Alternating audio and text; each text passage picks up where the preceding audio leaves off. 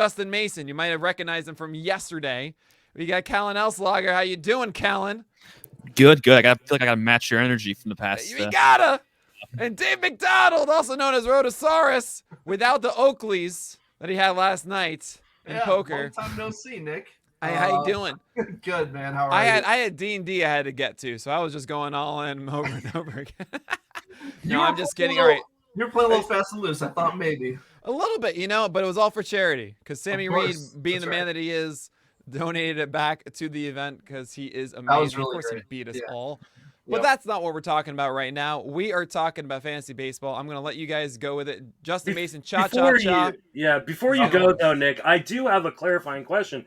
Because you said anybody who donates, you will read their comments. Yes. Does that include swear words? If the donation is over $250, I will swear as long as it's not rated terribly. Oh, you see, you lost me. If it's not, come on, do not make me say something bad. But if it's over $250, I will absolutely. I was about to donate $250, but then you put that last caveat on there, and I don't know that I can do that now. Well, there's somebody out there who. Sorry, wants to I'm hear a man of. I understand the cause. I will curse for the cause. But I will not do it for just a little bit. That hurts me inside to do, and But yeah, all right, well, if you guys want that, I'm just testing limits. That's what I do here. That's what I did on yesterday's panel. If you want it, have fun, guys. Thank you, brother. Welcome to this hour, another hour of breaking down trip flicks off of YouTube. So I hope you guys have no, that's not what we're doing. We're gonna God damn it. We're gonna talk about some of our favorite draft targets, and that we're gonna start though. We could just give out a bunch of names. That would be somewhat interesting, and I think people would find that useful. But I think what's more useful is helping people start to kind of determine the processing going around that. So. The first thing I want to kind of ask about is roster building, right? Because when you're looking for those draft targets late or those sleepers late, those guys that you want to grab that you think can make a really huge difference, you can only do that if you've built a well-constructed roster to begin with. So Dave, let me start with you. How does your approach to roster building help you allow you to identify those guys late? Yeah, I mean, everything is about building a cohesive roster because you can it's not about getting the best player at any individual pick. It's about looking throughout the draft and figuring out when, like in a 15-teamer, you can't have an all-star at every position. You got to look at which positions are you and resources are you comfortable getting later in the draft, and then which ones do you need to get early. So I like to take kind of a back to front, philosophy where I'm looking at the back of the draft, trying to figure out what I can get there. Like if I really like the first baseman going late, there's always power available late, but what there isn't available late is things like, making sure I get those saves and steals. But I want to get steals from guys who are actually good hitters and can contribute in other categories too, because I don't want those one category guys. So I'm making sure I get those rare resources early, those saves, those steals. And if there's a position that you think like you're not comfortable with later, you got to make sure you get it early. If you really don't like the third baseman, I hear a lot for this draft, then you got to make sure you get your guy early, because if you wait too long, you're going to get stuck with someone you don't want. So just make sure you're not picking like the best available player. Make sure, because every pick is relative. If I get this guy this round, then I can't get this guy later. So you want to be kind of looking at all that stuff, and then always make sure you're balancing your risk. As I know from your first main event experience, you can't just throw a bunch of YOLO picks out there, Mondesi and Buxton and all, Verlander, and you need to take the risks where it makes sense, and then make sure you back them up. So if I take a really risky player, I'm going to make sure that I back him up with someone who I can count on if things go wrong. Like Josh Donaldson is a pretty good value for where he's going, but I can't count on that guy to stay healthy. So if I'm taking Josh Donaldson, I'm backing him up with another third baseman who I am confident can play when he inevitably goes down. So, and the other thing I make sure I do is I try to stay balanced throughout the draft.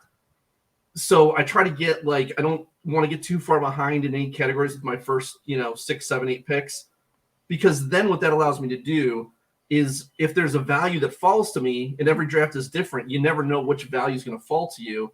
I'm in position to take advantage of that because of the fact that I'm balanced. So I don't have a need. When I have a need, I force picks in, and I pick worse players because I have to have them in order to compete. So I want to put myself in a position where I can take advantage of those values that fall in the draft. Callen, what are your thoughts on roster building? How do you like to build your teams to give yourself the better opportunity to get those maybe late draft targets you want? I think Dave kind of hit the nail on the head. It's all about just trying to find the most balanced aspect, whether it's balancing pitching versus hitting or each of the 5 categories. I know there was early talking just your standard league. Do you punt guys? I've never been someone who wants to punt a category. I'll go for all 5 categories. But at the same sense, sometimes these values come up. Sometimes you have a value on a player. It's like, well, I could really use this, but this value at this pick is just too much. So it's about finding that and then kind of going off that those late round guys for each of the categories. In the late rounds who your steal guys if you're down steals. And I know you want to target steals early, but sometimes it doesn't work out. You want to have those plans in the back end on where you make up your steals, where you make up your saves, and all the other categories, just so you have the most balanced roster possible.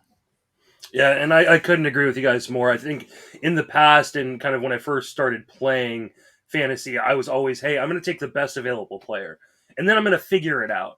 Well, and that can work in some leagues, right? If you're playing in a very active trading league, if your home league is super shallow and there's replacement on the waiver wire, but ultimately you can't bank on those things, right? We love to be able to say, hey, I can trade for stolen bases, or I can trade for saves, or I can trade for this, or pick these things up off of the waiver wire, but that's not guaranteed necessarily. Those are things that can come up in certain aspects of certain formats, but to put yourself already behind the 8 ball where you're now having to make those kind of decisions and having to make those kind of moves puts you already kind of a little bit behind the 8 ball. Callen, what goes into identifying your favorite draft targets early in a draft, right? So I'm not talking about the guys going after pick 150, 200, 300, like early in the draft, like what goes into how you're going to identify the guys who are going to be your guys? It's just kind of going into the draft knowing we said we want to balance it, but kind of what Dave said, it's those categories you want to get out of the way early. If you want to try and get steals early, you identify everyone's favorite darling, who we might talk about. I know he's around that 150, Miles Straw, if you want to go after him. Or if you want to get your saves, you want to attack closer early. In the same sense, there's players who want to get rid of the weaker positions early, either catcher, who we all know it's very difficult to draft 2 catchers in an FBC league, or as you said, third baseman shallow. So it's going into that strategy early is, okay, which one of these lower values do you want? Do you want to get rid of the categories out of the way quick, or I want to attack a quick position, get the elite, and then worry about filling some of the more popular the other categories as we go? So it's getting right into the draft, knowing I want to attack this position or this category early. Dave, what are your thoughts on this? Yeah, and I just wanted to I agree with what you're saying. The problem with a guy like Straw is if you're basing your strategy, and I've seen people do this with Mondesi too in the past, if you're basing your strategy off of getting one guy and there's no backup plan, and if you don't get them, you're screwed. I don't like having that draft plan, because you either have to go up so far, like jump him up like 3 rounds to make sure you get him, because those are the guys that people jump up for in the draft. It's the guys who have that, who give you that rare resource that you can't find later in the draft. Like, you don't have to jump up to get a power hitter, because they're everywhere in the draft. But to get a guy who could steal you 30 plus bases, you do, because there's other teams in the draft who need those steals like you do. So if you jump way up to get him, now you're sucking all the value out of him. So that's why I'm making sure I'm getting my speed early. So yeah, when I'm identifying early draft targets, I want to get those rare resources. I'm also trying to find second rounders who I think are first rounders. Like for me, in 2020, I thought it was obvious Shane Bieber should have been a first round pick, but he was going in the second round. So I was looking for a way to pair a first rounder that I really liked towards the back end with him in the early part of the second round. So it kind of just depends on what you're looking. Though that gave me those rare resources though, because in the first round I think I wanted like Jose Ramirez or something. So I was getting those steals, and then I was getting my ace, and I felt like I was getting 2 first rounders at the end of the first round, and I thought J-Ram was more of like a mid first round pick. So I'm looking to take advantage of every part of the draft, and I'm not just looking at the back end. I'm also looking early too. Okay, so let's talk about that because you mentioned in 2020 you wanted Shane Bieber. You thought he was a first round value going in the second round. So, and you liked Jose Ramirez. I mean, aside from the fact that you're clearly a Cleveland homer and you were just drafting Cleveland players, we saw that Browns jersey last night. Yeah, exactly. How did that make you change your KDS? Were you then like prioritizing to draft towards the back? Or because what I found personally is, you know what? I'm going to get a really good player in the first round. I'm really going to get a good player in the second round. It's really rounds 3, 4s, and 5s that I want to figure out where I want to be and what kind of those, in my KDS. So for you, is it more, hey, I want to make sure I want to get, this guy in the second round, so I'm going to put myself around pick 11, 12, 13, or does it depend year to year? Yeah, it always depends year to year. And like maybe you think that there's a guy going at the end of the second round or even early third round who you think could be a first round pick. So in that case, maybe you want the first or second or third overall pick so that you can get those guys coming back. I think your first 2 picks kind of are your building blocks. Like you say like anybody's, just take someone because they're going to be good. But like if I take Shohei Ohtani, it's, I'm starting with a utility player. It's really, really tough to build around that. In the 15-team league, especially. Now, like you said, format depends. It's format dependent always. So if I'm playing, because my perspective is generally roto 5x5 with an overall component, but obviously not everybody plays that. So, you have to look at your format and think of what you need to do in that particular format. So, yeah, I don't know. I'm not just looking to take a good player in the first 2 rounds, because if I get a guy like Vlad, it's not that he's a bad player. It's not that he'll bust, but I'm not getting what I want. I'm getting a first baseman, and I feel like there's tons of first basemen I can get later. And I'm not getting any steals. So he's not the kind of building block I want to start my draft with at any point in the first round. So I think that the first and second round picks matter a lot, because those rare resources are generally really start to thin out after those first 4 rounds. There's not great speed options, closers, aces. Like, I just don't think you can get what you can get in those first few rounds. And I think those are what you're building your roster from. What about you, Callen? Pretty much the same. It's all about getting the best of your bang for your buck, starting off the team right. Like you said, the building block of your draft is the first 2 rounds. But like you said earlier, Justin, you kind of start eyeing up those second tier rounds, the third, fourth rounds, sort of see who's around. But the problem with trying to eye that far in advance is every draft is different. You can have an idea, but then there's someone like you who will jump Cedric Mullins into the first round or anything along those lines. Like, there's somebody you eye up your third and fourth round targets. It's like, okay, I can go here because they gen around here, but then they have someone who really likes them and will jump them around or two. So I tend to do my KDS just based on the first two picks, try and find either the elite hitter, the last part of that elite tier, the elite starter. But it, like you said, it's a lot of year to year, just kind of changes on the fly. All right, so this wasn't a question I gave you guys ahead of time, but it kind of falls in line. I think you guys are smart enough to answer. How far into the draft do you map it out, right? Like how, like, obviously you have ideas like, hey, in around round 16, I'm thinking I might pop early on this guy. But like, how much do you, or how far, how many rounds, like, is it 2, is it 3, is it 4, is it 5? How many rounds in do you have a real concrete plan of, hey, this is my target, maybe I've got, here are my backups, but like, this is the plan I'm going with, Callen? It's usually only 2 rounds for me. I tend to be someone who I want one elite hitter, one elite pitcher, maybe 3 if I want to go hitter, pitcher.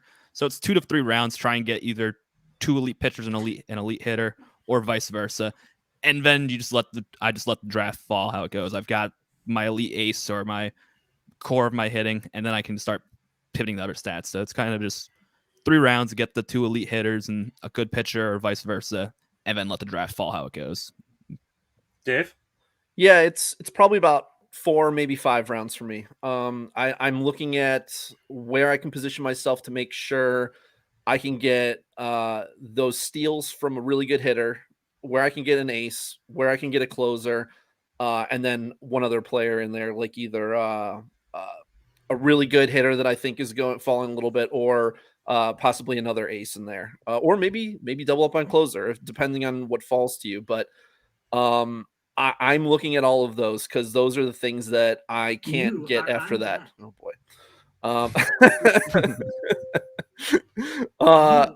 Okay, thank you. Mute that. So yeah, that is pretty much. I'm looking at the first 4 or 5 rounds and kind of determining my KDS based on where I can get all of those resources there. And I'm right there with you. I tend to try to map out 4 to 5 rounds as well. Dave, if you didn't know, you are on the clock right now. I know. I told my partner, who's super reliable, to make the picks. So we'll see how that goes. All right. Well, I'll let you know in about 30 seconds if he hasn't. So I know you will. Let's, Justin and I are in a Battle of the Pods draft together. So we're about 33 rounds in. So super important picks going on right now in that draft. Where drafts are made. I think we hear and we say, as analysts, but we also, there's a lot of talk about ADP, right? This is where this player is going in ADP. Oh, this is where this category dries up, or this position dries up in ADP. I really want to kind of discuss like how much ADP matters in terms of our picking our draft targets, right? Like, because I think often we hear terms like, relative to ADP or throw ADP out the window, which are contradictory terms, right? Like, we can either grade something against ADP or we can throw it out the window. So Dave, what do you do with ADP? How do you use it to your advantage, or do you ignore it? I mean, you cannot ignore it. I mean, especially in an FBC, you really have to use it as a way to gauge the market. It shouldn't dictate your picks necessarily. Like, don't just take this guy because, it's too early to take this guy because ADP tells me that.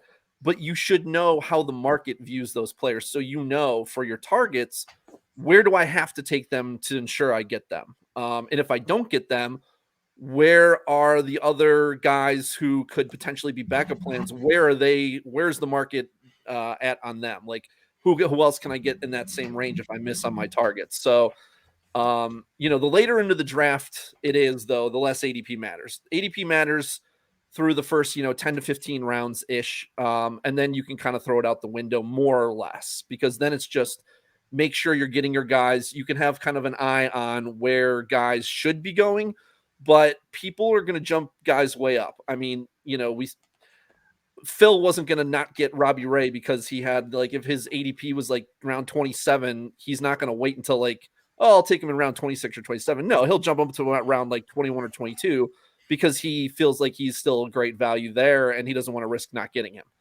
It's up to you to kind of figure out, depending on the flow of the draft and if anybody falls to you, where you can kind of say, okay, well, maybe I can push this guy back another round because this guy fell that I didn't expect. So it's always making those adjustments on the fly. You can never have anything set in stone, but you should have a plan for it. What about you, Callen? How are you using ADP? It's a huge part of my draft prep. Last year, just for example, Mark Hanna was a guy I was targeting all throughout. I was doing my rankings, my projections. I had Canna in a pretty high tier compared to where he was going draft position wise. And as I was doing those rankings, I realized I don't need to target outfield as much because I am this high and believe this much in Mark Hanna. And that's one of the ones that kind of worked out. He had a really good year last year. Now, if there are picks like that didn't work out in my favor, yeah, I didn't do so well on TGFBI in the end. But I think when looking through your rankings and you see the ADP as you compare it to other guys in that tier, you realize, okay, I can drop down, I can wait on this position because I have someone who I truly believe in who's going much later than anyone else in that market. So kind of like Dave, you throw out the window after a certain amount of time, but it's a great guide as to I can wait on this position. I can wait on this spot because I'm this much higher on it and willing to wait. Yeah, I mean, I think it's a really good point. One of the ways I use it, especially late in a draft, is if I'm kind of torn between like 2 or 3 guys, right? I might see who has the lowest ADP and has the best chance of making it back around to me.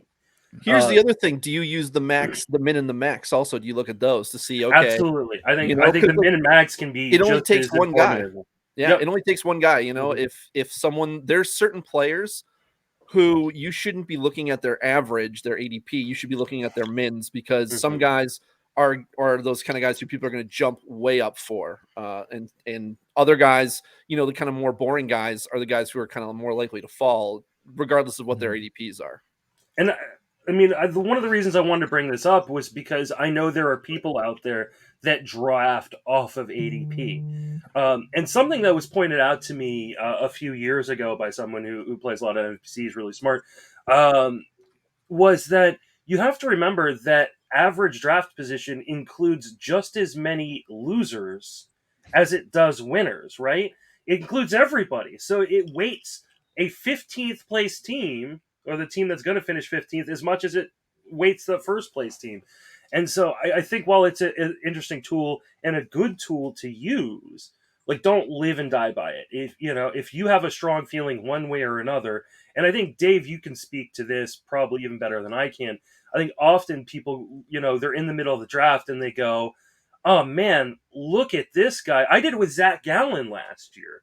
Yeah. I went, oh man, he's like 40 picks past his ADP.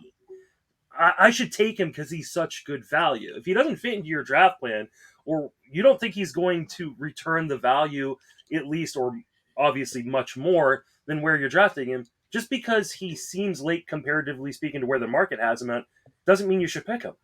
Right. And often the most dangerous guys to draft are the guys who are falling that ADP tells you is a value, but they're actually just a perceived value. Don't fall into that trap of taking guys just because, but his ADP was, 30 picks ago. So clearly he's such a good value here, I have to take him. Those often end up being your worst picks. Those are usually the kind of more risky guys. I try to avoid those. And in general, like, I'm not going to let ADP tell me to take a guy. Yeah, I mean, I made that mistake with Zach Gallen. I made that mistake with Charlie Blackmon in both of my main event drafts. And if I had just drafted Cedric Mullins, 200 picks earlier than his ADP instead of Charlie Blackmon, I probably would have cashed both my main event leagues. So. Why don't you just get a cameo of Cedric Mullins already? You know what? That's a great idea. I should do that. I was going to say, you didn't have Cedric Mullins in every single one of your leagues last year? I didn't. Because and one of the things was because I fell victim to some of that ADP thinking, right? Yeah. So I went, I can get him later because he's going so much later. And other people in my draft who follow my work, follow me on Twitter, they went, Justin's in this draft. He likes him more than ADP, so I need to jump him even farther if I want to get him. And so in my 2 biggest money drafts, my main event drafts, I didn't get Cedric Mullins, which was a huge bummer for me. And you're assuming this is because people knew you wanted him and they were like, I'm paying $1,700 to draft guys that Justin Mason wants? No, I'm sure they liked him too, but because they know my work, or they, otherwise why people drafted him inside the top 200 picks. But we all know that's why your wife took Cedric Mullins in the first round in the blind draft the other day. Which was I want to say was a bad pick. Like I wouldn't have picked Cedric Mullins in the first round of a 12-team best ball league, but it was funny for the meme, right? She never misses an opportunity to troll you. That's for damn sure. Absolutely. Hey, and according to J Hook, $60 right now for Cedric Mullins on Cameo. The price has gone up since. There you go. Positive press, obviously. Getting more money for Cedric Mullins. For his world's biggest fan, though, he'll probably give you a discount. You know what? It was probably like the punch card, because, it's like buy 10, get 1 free type thing. So I was following you before you got big, Cedric. Yeah. I love you. Just send him the podcast. Be like, here you go. I was in on you. I knew you could do it. Literally any of our episodes is just Justin gushing over Cedric Mullins. Why wouldn't I? I mean, he is a beautiful human being inside and out, and we should gush about him more.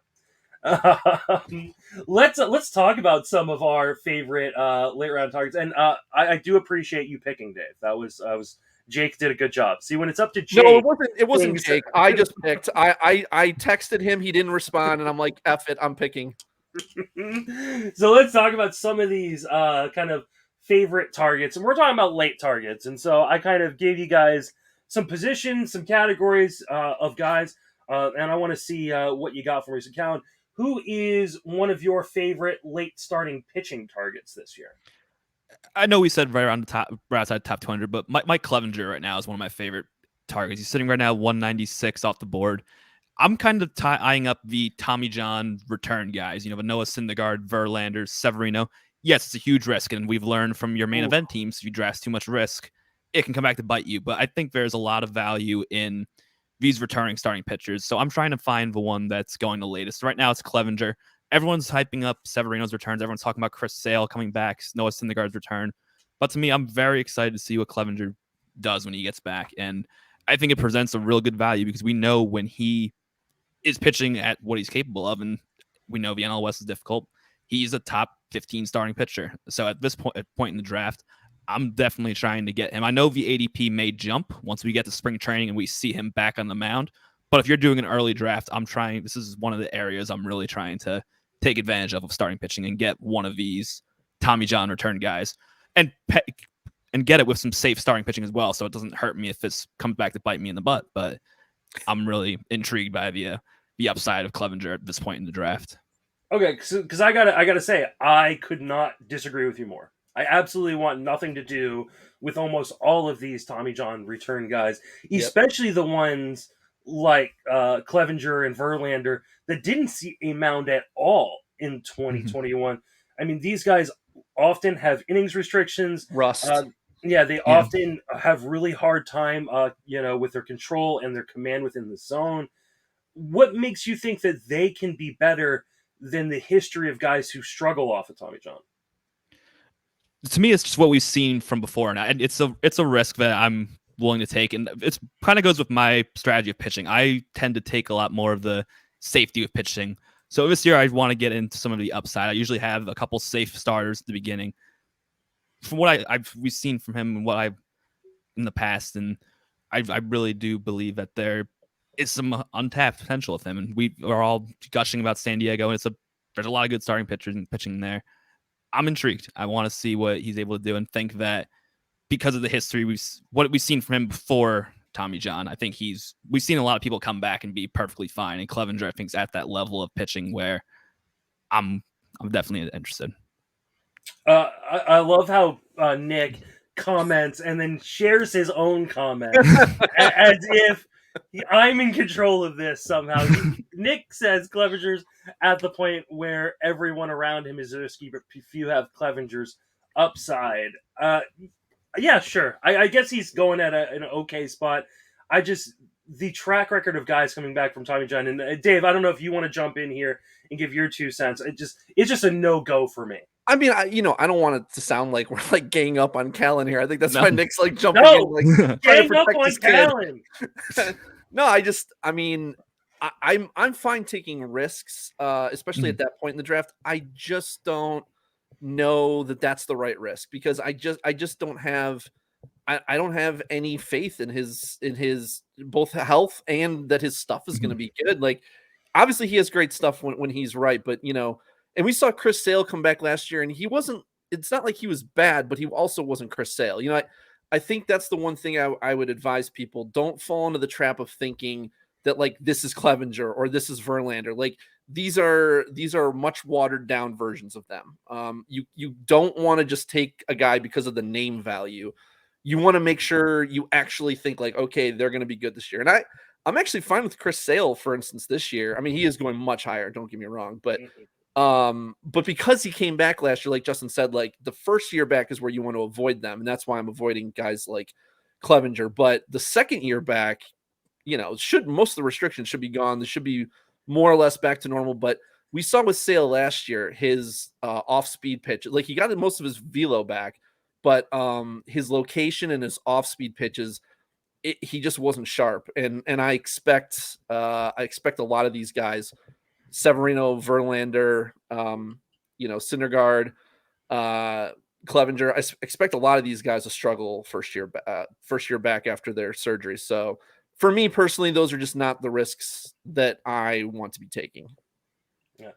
Shelly giving her 2 cents. For her, it is Alex Cobb and Patrick Sandoval as kind of her late round pitching targets. I like those. Yeah, I like those. I'm a big fan of Alex Cobb, especially now pitching for the Giants, and I've always had kind of been on the Patrick Sandoval train, so I'm hoping he takes another step forward this year. Both guys who just really need health, but they should be healthy coming into the season, but not guys you want to rely on, but for where they're going, you don't have to.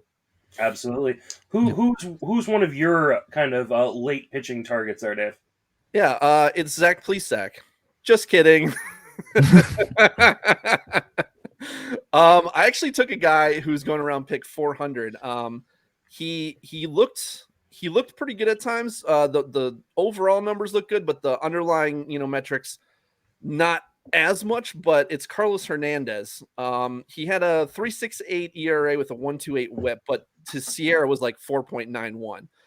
But the thing is, he really reminds me of Eovaldi in like 2018 to 2019 before he started actually striking people out in 2020. They profile very similarly. The one thing is Carlos Hernandez needs to lower his walk rate by a lot. I mean, Eovaldi has always been a great control guy. But if he can lower that walk rate, and he did in the second half, he went from an 11% walk rate to a 9% walk rate. But we also saw on an earlier panel when Rob Silver was on, he was comparing kind of his pitches to a lot of elite starters' pitches.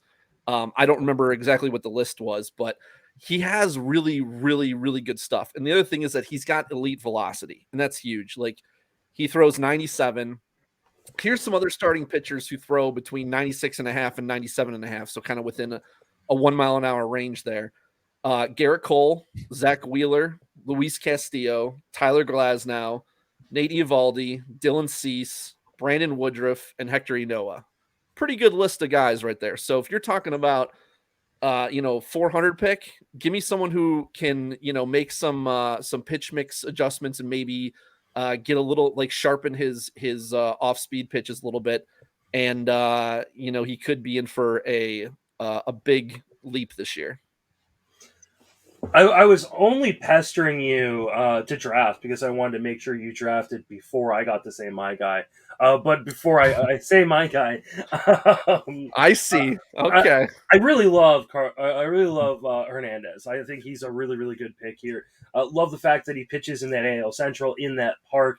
I don't know that I see him taking the Eovaldi leap forward, but I think he can be a really, really solid part of a rotation with some upside. And he's going way too late in drafts, like you said, around pick 400. Callen, do you have any thoughts on Hernandez? At pick 400, why not take the chance? The Royals have a very young rotation where there's a lot of spots. We know they have good prospects with Jackson Coar, Daniel Lynch, so a spot may not be guaranteed in that rotation. Right now, roster resource has the 5th, and yes, we know not to fully trust roster resource, but it's at least a guide for us. There's a lot of names, but at pick 400, you take a gamble. He's got good stuff. I'm definitely intrigued with it for sure, especially, like you said, pitching for Kansas City in the AL Central. Yeah, the AL Central is another really good point too. That's where you get to face teams like the Cleveland Guardians and the Detroit Tigers. So, and even I don't want to face Chicago, but they do strike out a good amount. So yeah, it's a really good place to face some weaker competition. Yeah, my guy, and I've got 2 guys. That's cheating. You only get one. Yeah. I had written down 2 just in case one of you guys stole one before I had a chance. So, I've always been an Andrew Heaney guy. I'm going to continue to go back to that. Well, the fact that the Dodgers traded for him earlier on in his career, kept him for a day before trading him to the Angels, but now I've gone back to picking him up.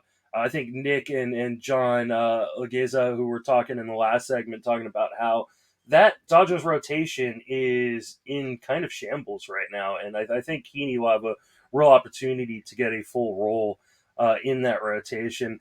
The other guy I kind of just want to briefly mention is going super, super late, and hopefully John and Matt Williams, who are up on the clock, be picking before me in this draft. Yeah. Don't snipe me right here. but I'll sacrifice myself if they want to snipe me for the betterment. I'm really intrigued by Nick Martinez, who's coming back over from Japan, where he kind of remade himself, got a little extra velocity, and his breaking stuff was really nice over there. So he's, the deal isn't finalized because the lockout happened, but I'm pretty sure everything is set in stone for him to be a San Diego Padre and potentially be in that rotation this year. So he's a guy going after pick like 550, who I think is really intriguing this season. Let's move on to kind of our next set of guys that I want to talk about. I'll start with you on this one, Dave. Closers are always a nightmare, right? And if you've been drafting already this season, especially if you've been doing it in NFBC, you'll notice the insane prices on closers. So it's always nice to have a few targets towards the back end of your draft. Dave, give us one. Who's your kind of spec closer guy, or a guy who could find himself in a role going after, pick 200, pick 300, something like that? All right. Well, now you're changing. You're moving the goalposts now. After pick 700, Dave. Okay. All right. Well, screw you, first of all. So, there are some better picks in like the 200 to 250 range that I like. Like, I really like Lou Trevino because I think he could have the job in Oakland there right off the bat. But you initially said 300, so 300. I chose Art Warren because I love the skills. But the biggest thing you're looking for is you want to find closers who aren't actually named closer, because a lot of people, we've talked about this a bit, over-reliance on roster resource. Right now, they're just guessing. So you see Lucas Sims as the closer on roster resource, doesn't mean he's the closer. Until they name a closer, and this is David Bell, so who the hell knows? Like, they might not even name a closer there. But you're looking for that guy you're looking for an opening. You're looking for a guy behind a guy, Lucas Sims being the guy technically as of now, but I don't know that he is. Like, I don't know that they're going to make him the closer. He doesn't have that closer label, and which might not matter to us, like as rational human beings, but to baseball managers, they actually care about guys who have, successfully closed in the past. So Lucas Sims doesn't have that. And so I'm looking for the guy behind him because I actually think Warren is a better pitcher. He's got an elite swinging strike rate and a good K rate, a sub 10% walk rate, 2.31 CR last year, sub 1 whip, phenomenal slider, limits hard contact and barrels. He's dealt with a few injuries in his past, but I'm not overly concerned about that with relievers. So he's healthy now. Coming in, I think he could have the job right off the bat, or if not, Lucas Sims is pretty volatile, so he could easily lose that job quickly. I would like to point out in terms of that Cincinnati bullpen that one, I don't think there is a guy. I think what Cincinnati has shown us over the last few seasons is they're just going to kind of go with the hot hand, with matchups, and therefore definitely don't want to pay the extra price on Lucas Sims, who continues to rise up the draft board. His last save in Cincinnati was June 16th. Like, they didn't think he was the closer at the end of last year when they were just throwing out any arm that they could find. I agree with you. I don't think it's going to be Lucas. I think Art Warren's a really interesting gamble late because there's not much price attached. I just worry that there won't be any guy in Cincinnati. Yeah, I mean like David Bell, it could always go that way. But when we're talking about a pick after pick 300, I'm not overly concerned about that. Like, he's not my closer 1 or even 2 at that point. Callen, did you want to chime in there? Art Warren was going to be my guy. I had him down. I think he was. Yeah, I'm fully in. Sorry. Like you said, Lucas Sims. No, you're good. I have to back up. But Lucas Sims, like you said, there's no lockdown in Cincinnati, and we think Cincinnati is going to be a team who hangs around. They're going to be one of those good but not great teams where there will be some saves. At that point in the draft, like you said, you don't need him to be the number 1. Even if he just gets into like a platoon or just like a mix and match situation, he chips in a couple saves at pick 500 or later. That's value to you for roster. So I'm fully in on Art Warren as well. Yeah, I mean, if you're able to get like 7 or 8 saves from a guy you're getting after pick 400, you're doing okay.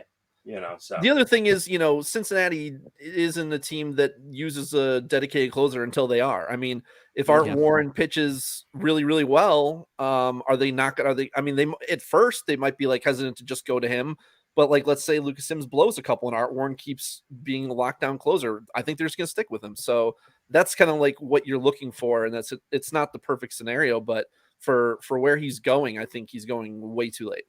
I mean, Iglesias was a lockdown closer there, so there's some history of lockdown closers. So you could be right. Warren could be the guy, and they're just waiting for him to prove himself.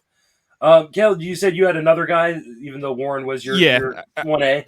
I pivoted, and right now it's Drew Steckenrider, and we're all excited about what Seattle's going to do next year. We all think they're going to be one of those teams that takes that leap into finally getting into the playoffs next year, potentially get a wild card, maybe even contend with Houston for that division. And it's the same situation in Cincinnati. We don't know who the closer is in Seattle. They've kind of done the same thing with mixing and matching, but same thing. Drew Steckenrider is going outside the top 300. He's currently at pick 383 on NFBC. And roster resource has been a split with Paul Sewald. I know we're getting Ken Giles back. I know they have Sewald. I know they have Diego Castillo. But why not throw Steckenrider? He got some saves last year down the stretch. He had 14 saves for the Mariners last year. That's not an insignificant amount. And I think even if he, in the same situation as Warren, chips in a couple saves, gets you some good ratios of an ERA below at 2 right now, or 2 last year. All projection systems having him in the mid 3s. So I think that Steckenrider at this point in the draft, and a team like Seattle, where we're expecting him to take that rise and have plenty of save opportunities, it's nothing but value there if he can step in and take that job. I'm again. This is like you said. It's like the Cincinnati situation. What nothing to do with that bullpen. Like I can't make any sense of it right now. They have like 5 different guys who could potentially close, and I don't know if they're going to give it to a guy, and if they do give it to a guy, I don't know which one it's going to be. So I'm just out on Seattle's bullpen because it's too confusing. Dave, do you have any thoughts on Seattle's bullpen, or are you kind of out like me? Well, you're kind of jumping the gun for me with my trendy sleeper that I'm fading, but okay. So I mean, we got Ken Giles coming back off of Tommy John. So again, I think he's going to be rusty. I think they're going to have to work him in slowly. I don't think he's going to have the job right away. But like you said, they got Steckenrider, they got Sewell, they got Castillo. They're all good pitchers. Like any of them could close effectively, and that's. I mean, if you want to take 1 or 2 of them that fall in a DC just in case, I that's fine. But like you said, it's really tough to like target those guys because I don't know what direction they're going to go. I do think that they want Giles to be the guy. Like I think they paid him to be the guy for a reason. He's got that closer label that the managers like. But I don't think it'll happen right away. I think it could be several months in the season, and maybe he's never right. And by then, one of those other guys might have already taken over. And then why would you go to Giles unless there's a reason? So it's one of those situations that in general I stay away from, but they're all like talented pitchers. All right, let's move on to my guy, and that's Kyle Finnegan. I know every year we have this same discussion about Tanner Rainey, and everyone's like, it's the Tanny Rainey year. It's a Tanner Rainey time. He's going to ascend, and he never does. He absolutely never does. And one of the reasons he never does is because Washington always goes back to the last guy that we're closing with. It happened with Daniel Hudson. Daniel Hudson's the one who closed out the World Series, and everybody wasn't drafting him coming in the year. Who'd they go back to at first? It was Daniel Hudson. Who was closing at the end of last year for Washington? It was Kyle Finnegan. And he's going outside the top 300 picks. I think it's a pretty easy call for me of a guy going outside the top 300 that has a real legit shot to close and be an asset in fantasy. Dave, yell at me for Kyle Finnegan. I mean, I think it's a fine pick for where he goes because I agree with you that I think it's likely he starts with the closer role. I just don't think he's very good. Yeah, I don't either, but that's not necessarily what gets you saves. Right. I get that. But with closers, it's opportunity, it's role over skills, but you do have to have good enough skills to hold on to the role. He doesn't strike out enough guys for that walk rate. Like he's walking 4.5 to 5 guys per 9 innings. It's just far too high. And you can walk those guys if you have a monster strikeout rate, but he doesn't. I mean, his swing strike rate was 10.5% last year with a 23% K rate. I mean, that's like mediocre for a starting pitcher. So for a closer, that's real bad. Do you have a guy that you think could emerge in that bullpen, or do you think it's Tannerini? I mean, I don't think there's any obvious guy there that I like really like. I think him and Rainey will both be in the picture. I've also floated out there Patrick Murphy as a potential. That's the name I was looking for. Yeah, I mean, I told you about him, and then immediately like you took him in our first pitch Arizona draft after I told you about him. So I'm like, awesome. Greg Jewett's a fan as well. So okay, I didn't know that. Yeah, but... when I got two guys who are smart in my ear, I tend to listen, especially when we're at pick 600 in a draft. Yeah. Do you have any thoughts on Kyle Finnegan or that Washington bullpen? That's probably one of those bullpens I'm just going to avoid, like you're saying, with Cincinnati and Seattle, just because I think Washington's going to be not a good team. And while there will be saves, they're going to be few and far between, where I'm not... at the point where he's going, you could take a flyer on him. I'm fine with that. But if there's flyers like the second rider or the Warren on teams I expect to be better, I'd rather take a shot on someone on a better team than a speculative on a team I don't expect to be so good this year. All right. Let's talk about a late speed option you're targeting. I mean, speed is one of those things that we try to get early and often so we don't have to delve into that pool. But there are going to be drafts in which, for some reason, you might be lacking a little bit in speed when you're coming down towards the end. So, Callen, like, who's your guy that you're hoping to grab or that you're targeting late to help you out with speed? It's a late one. He's going barely inside the top 500 at pick 498 right now. It's Bradley Zimmer. We talk about the Cleveland as the team that I believe I even did hear you talk about it on one of the podcasts recently. So that kind of got me looking into him. He strikes out a lot, and that's for sure. But you look at his metrics, he's hit the ball harder than he has in the past. His max exit velocity was in the top of the league. He had near the top of most barrels he's had in his career. His walk percentage continued to increase.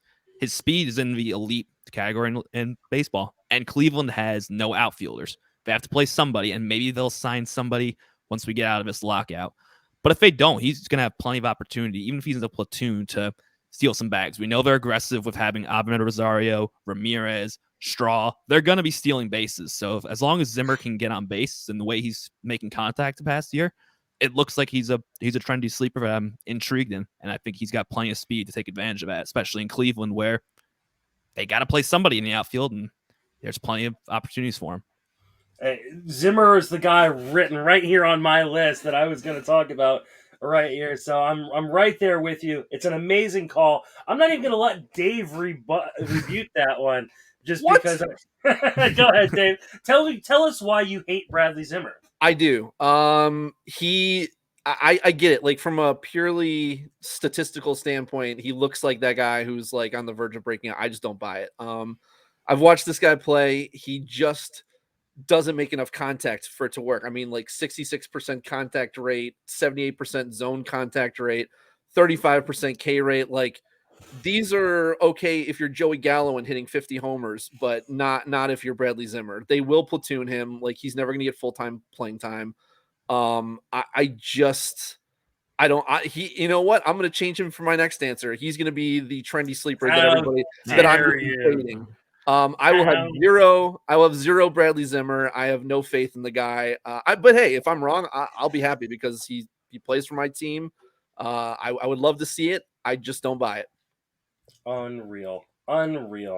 Feed the hungry. Help. Yes, feed the hungry.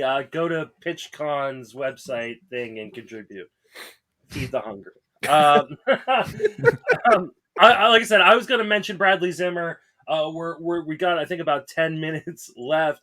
So I don't want to like go too deep on my backup guy, but my backup guy is Vidal Brujan. I feel like, we're seeing a lot of like people really plug Joe Adell, a guy I've loved in the past, a lot of talent. And we're forgetting that there's another former top prospect that has a ton of speed and a potential to make an impact with it this year in Vidal Brujan going outside the top. Where's he playing? He's going to play in the outfield. Where? Once Kevin Kiermaier gets hurt, he'll play in the outfield. What about Josh Lowe? Josh Lowe hasn't even made it up yet. I think Brujan gets first shot over Lowe. Okay. That's a lot of contingencies there. For a team that doesn't even play guys every day, too. Bruhan has got the ability to put together like a Rajay Davis, a Gerard Dyson type season where he doesn't need to play full time and can steal 20, 30 bags. Like he's legit super fast.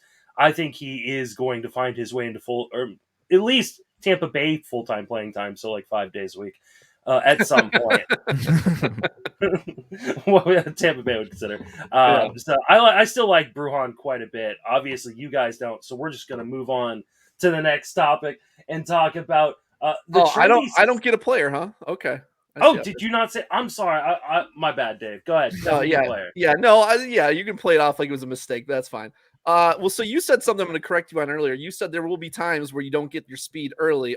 No, there will not be a time where I don't get my speed early. I will always get my speed early so that I can avoid relying on these guys because Dave, we're not here to help you. We're here to help the people watching and listening. And I'm trying to help the people watching and listening by telling you, do not wait on speed. Get it early. Don't rely on the shitty hitters that go later who get you speed but hurt you in every other category. That's how you lose. So avoid these guys. But there was one guy who sorry, Nick. But I chose Brandon Marsh, even though he's a lefty. I don't like the left-handed hitters because often the non like really, really good left-handed hitters, because he does have a lot of contact issues too. Because often those guys end up getting platooned because like the playing time is very up in the air with those kind of guys normally, but he is a very good defensive center fielder. So I think, and he did hit lefties decently last year. So I do think that there's a chance that he ends up kind of keeping that full-time role. But I don't think he's going to get you like a ton of speed, but maybe if you can get 15 to 17 steals from him, I like it for where he goes. Callen, do you have any thoughts on him? I'm fine with that. I think that it's intriguing. I'm not gonna threat too much of that. If you get speed late, I think Marsh. He's one of the Angels have been rumored to potentially want to deal one of those outfielders. So if he gets moved or Adele gets moved, there's more potential playing time. I think that's a good buy at that value. Yeah, I absolutely love Marsh. I think he's one of those guys that is a real spark plug type player. Plays real hard. I was actually really upset when Dave sniped me on him in our current draft that we're in. So. I'm going to move on because we've only got a few minutes left here. And I am on the clock now, and I can take Nick Martinez because he did not get sniped from me. So, and then I'll throw a little Jake Berger on there. So, moving right along.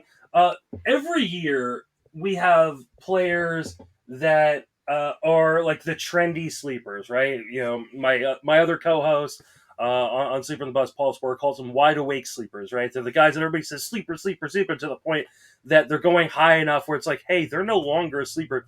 Who is the trendy sleeper that you're fading this year, Dave? Well, I already said Bradley Zimmer, so we'll let Callen go now. All right. Callen, who's the trendy sleeper you're fading? I feel like this might be another one that I get jumped on, but I'm going to be out on Tanner Houck this year. I think the hype's just getting too out of control for me, and it's one of those guys that I always tend to fade. But Boston has addressed their starting pitching line. Yes, it's a lot of injured guys with Paxton, Waka, Hill. There may be time when he comes in, but I feel like he's going to continue to rise as the draft season goes on, to the point where we don't know if he's guaranteed starts right out of the gate in Boston. If it's a big if all these guys do stay healthy, but say they do stay healthy for a little bit, and then Houck has to start the year in the bullpen or down in the minors. I'm not going to invest top 200 pick for a guy we don't even know if he's going to be in the rotation to start the season. And that kind of contradicts some of the stuff I said of Clevenger. But let's just go with it. But I do like that. I think he's going to continue to rise up boards as the season goes on, as people continue to hype him up, to the point where I'm going to be out and just not willing to pay the price on someone I don't know is going to make 20 starts this year. I'd like to hear Dave's thoughts on this, because Houck is actually my answer for the next topic, if we're able to get to that. So, Dave, you have any thoughts on Houck? Do you think he is one of those guys that is going to price himself out of being useful? I mean, I'm sold on Houck. The only thing is the innings thing. You know, like he only went 5 innings, I think, a couple of times last year. So that's obviously a concern. I would need to hear a little bit. I want to see that they're going to be willing to push him a little bit this year, but I think he has everything that he needs. Elite K rate. He walks less than 3 guys per 9. He's got that elite slider with an elite fastball, while also throwing a sinker and a splitter. So he's got the arsenal. A lot of people say he looks basically like the right-handed version of Chris Sale, and maybe they work together. Maybe Chris Sale has kind of helped him with that slider and everything. So I'm in on him. It has to be at the right place in the draft, and I have to have the right rotation anchors in there to support having him. I can't have he can't be my SP 1 or 2 or maybe even 3, but if I get the innings from the early starting pitchers like I should, then he's a great supplemental guy later. Yeah, I mean that GIF that Rob, Pitching Ninja did of the overlay of Chris Sale and Tanner Houck together. I don't know if you've seen that on Twitter, but it is absolutely mind-blowing. It looks like when you like put a mirror right in the middle of someone, and it's like, whoa, exactly the same kind of motion. I'll talk about Houck real quick just before I get to my guy who's actually on Houck's team. I really, really like Houck. I'm really sold on the talent, but I see the question marks that Callen is talking about. It's like they signed all these guys, right? They signed Michael Walker, they signed Rich Hill, they signed they want to move Garrett Whitlock into the rotation. I think there was another guy they were talking about potentially moving into the rotation too. It's like I just don't know how they're going to make it all work. Now, it may work itself out. I definitely caution people like in your standard, 12 team, 30, round drafts in putting too much stock into a guy like Houck, because I fear he could end up in the bullpen or in the minor leagues to start the season and be one of the most dropped people. But I do think at some point, I think talent tends to play itself out and work itself out. And I think he will be a really, really interesting player this year. The trendy sleeper I'm going to fade in honor of John Legeza, who was in the last segment. You should go back and watch his presentation if you missed it.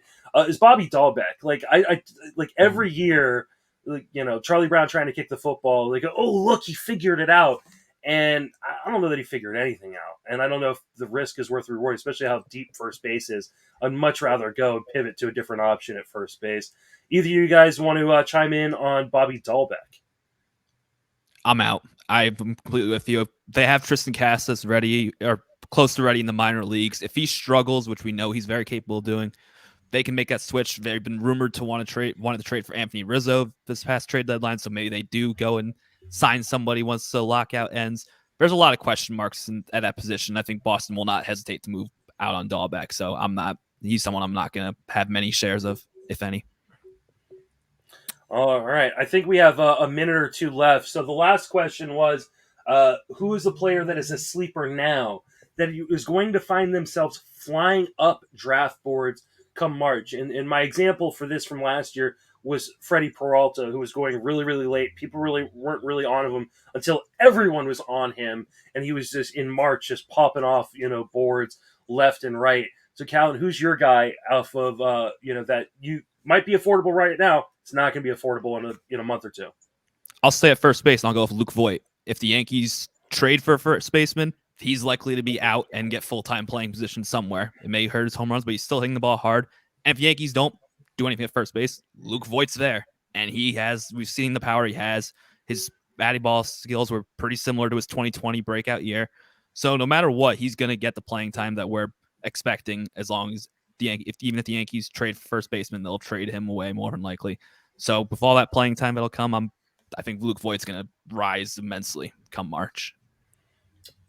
Dave, I know you're a big proponent of taking Voit at the ADP, right? You were kind of out on him previously last year because he was so expensive, but you like the new price, right? Yeah, for sure. I mean, like Callen said, as long as they don't replace him, he's going to be starting first baseman of the Yankees. So he's going really late. In DCs, you can take him as like your third first baseman, basically. Like he doesn't even have to be your corner. He can be like your utility option, and then he can end up being like your starting first base quality player for where he goes. So yeah, I love that shot. Yeah, and I do too. I actually took him in this draft. We continue to reference. Dave, who is your guy before Nick comes in here and Nope. cuts us off? No, Nick. Say no! the name. Say the name, Say the Dave. name. Say the name, It's Dave. Tristan McKenzie when his velocity isn't really down. He's a borderline elite starter. So I think I mean obviously the issue is with his build. But he call him sticks for a reason. But I think that the talent is really really good there when he's going right. And mine was Tanner Houck, also Michael Kopech. I think Kopech's going to have a huge rise at some point in the next few months in terms of ADP. Absolutely. These are great picks. These are all great things, especially the one that Callen said about Clevenger. I think, Mason, you're a little scarred from your 2019 team with the ambulance crew. I disagree, Nick. And, well, I'm talking about Justin right now, Dave. Okay?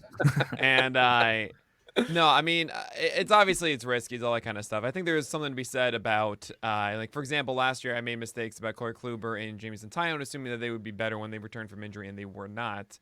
But it's not always the same for everybody. It's not just because injury, you're coming back, you're going to be worse. If you could, you could be better at times, you could be worse. We don't really know.